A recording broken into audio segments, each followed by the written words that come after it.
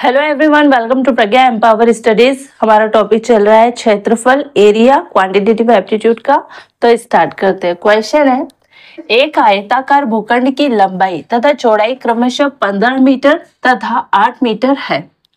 भूखंड का क्षेत्रफल ज्ञात करना है तथा विकर्ण की लंबाई ज्ञात करनी है। तो स्टार्ट करते हैं। पहले क्वेश्चन समझ लेते हैं। देखिए, आयताकार भूखंड है इस तरह से, है ना।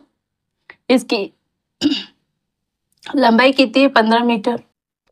तो ये भी 15 मीटर होगी, है ना। और चौड़ाई है 8 मीटर, ये भी 8 मीटर होगी। ठीक है। तो क्षेत्रफल क्या होता है? आयताकार भूखंड का क्षेत्रफल क्या होगा? लंबाई गुणी चौड़ाई। तो क्षेत्रफल तो हम डायरेक्टली निकाल लेते हैं। तो स्टार्ट। पहले जो चीज दिया होता है वो लिख देते हैं। तो दिया है ये आयताकार भूखंड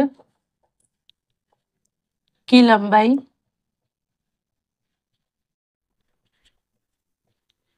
कितनी है? 15 मीटर, ये गिवन है। चौड़ाई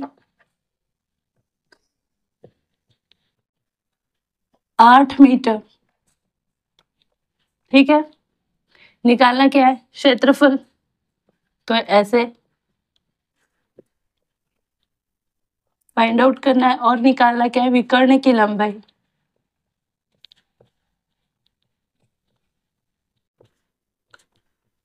ये दो चीज क्या करनी है? निकालनी है। ठीक है।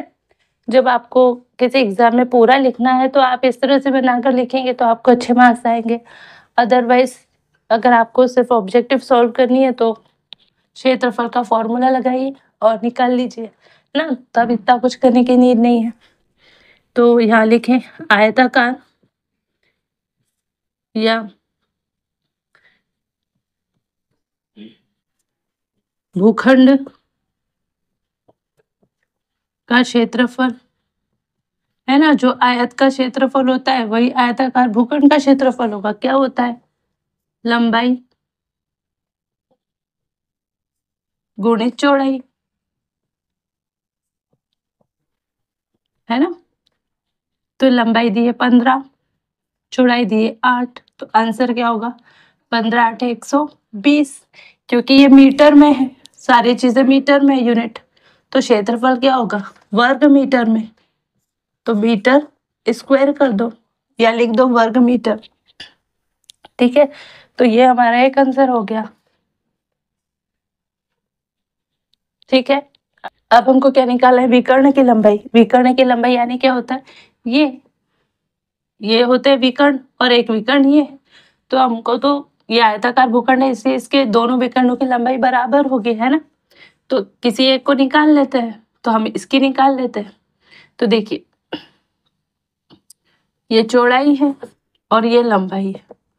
ये है आपका विकर्ण, है ना। क्योंकि ये आयताकार है इसलिए ये एंगल कितने का होगा? 90 डिग्री का। 90 डिग्री का होगा। यानी कि ये मिलकर क्या बनाएगा? एक समकोण त्रिभुज बनता है। तो समकोण त्रिभुज है ये।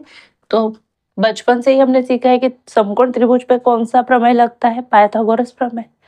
तो बस विकर्ण ये दिया है, ये दिया है, ये कर्ण ही विकर्ण है। तो इसकी लंबाई हम पाइथागोरस प्रमेय से निकाल सकते हैं। तो लगाते हैं। तो विकर्ण की लंबाई ज्ञात करने के लिए हम क्या करेंगे? ये पाइथागोरस प्रमेय लगा देंगे।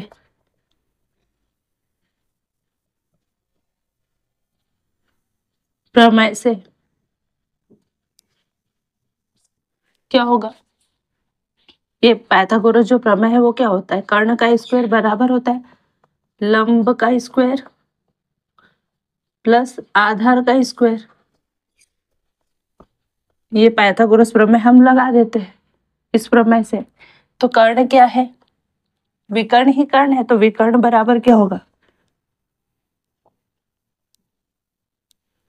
बराबर ये वर्ग इसके ऊपर आ जाएगा तो क्या होगा? लंबाई लंबाई का स्क्वायर प्लस क्या होगा? चौड़ाई का स्क्वायर। आप लंबाई चौड़ाई किसी को भी मान सकते हो। ठीक है। तो लंबाई क्या है? ये या तो हम चौड़ाई को लंब मान ले या इसको लंब मान ले, एक ही बात है ना। तो यहाँ पे लंबाई क्या है 15 का स्क्वायर प्लस चौड़ाई क्या है 8 का स्क्वायर। चौड़ाई क्या है 8 और लंबाई क्या है 15, तो 8 का स्क्वायर और 15 का स्क्वायर। तो इसको सॉल्व करेंगे तो क्या होगा, देखिए 15 का स्क्वायर क्या होता है 225, 8 का स्क्वायर क्या होता है 64। तो ये क्या होगा, ऐड करेंगे तो 9 8 2, ठीक है 289 √289 है ना। अब √289 का मतलब क्या होता है, ये जो 289 होता है ये होता है 17 का स्क्वायर, 17 का स्क्वायर होता है। तो आंसर क्या होगा 17 मीटर, क्योंकि सारी यूनिट काय में मीटर में, तो विकर्ण किस में होगा मीटर में। और ये हमारा क्या है आंसर। दूसरा यानी विकर्ण की लंबाई 17 मीटर और क्षेत्रफल क्या होगा 120 वर्ग मीटर, ठीक है। तो बस ये था, पाइथागोरस प्रमेय लगाना था। बाकी तो हम ये चीज सब बचपन से ही सीख रहे हैं कि आयताकार क्षेत्रफल का भूखंड का या आयत का क्षेत्रफल क्या होता है लंबाई गुणित चौड़ाई, और पाइथागोरस प्रमेय कर्ण का स्क्वायर इक्वल टू होता है लंबा का स्क्वायर प्लस आधार का स्क्वायर, है ना। उसको सॉल्व कर लिया, ठीक है।